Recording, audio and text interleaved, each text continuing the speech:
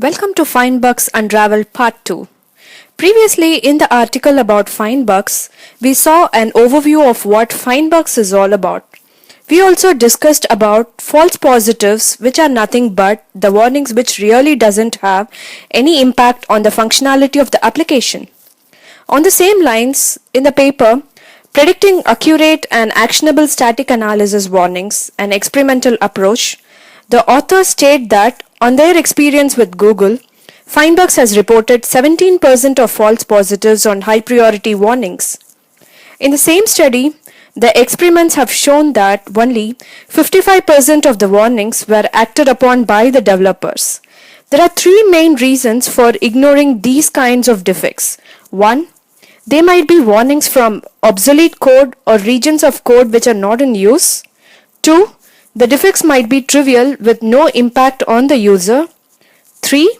The defect might even require significant effort with very little benefit. In an enterprise-wide scenario like Google, reporting these kinds of trivial or least important bugs to the developers is of no use. So, in order to filter out these kinds of bugs, the authors of this conference paper experimentally created a statistical model generating binary classifications of static analysis warnings. So this statistical model was 85% accurate in predicting the false positive warnings. This statistical model has improved the efficiency of bug detection. Previously, 25% of the triaged warnings had been false positives and 55% of the warnings were acted upon by the developers. On the similar lines, in the conference paper on the value of static analysis for fault detection in software, a similar kind of approach is taken.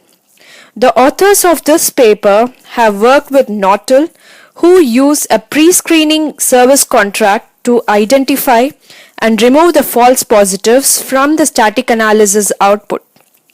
In summary, from both of the assertions, I would like to conclude that involvement of a third-party mechanism to filter out the false positive warnings from the static analysis output would enhance the efficiency of the usage of FindBugs to a greater extent in huge organizations like Google, Nortel, etc.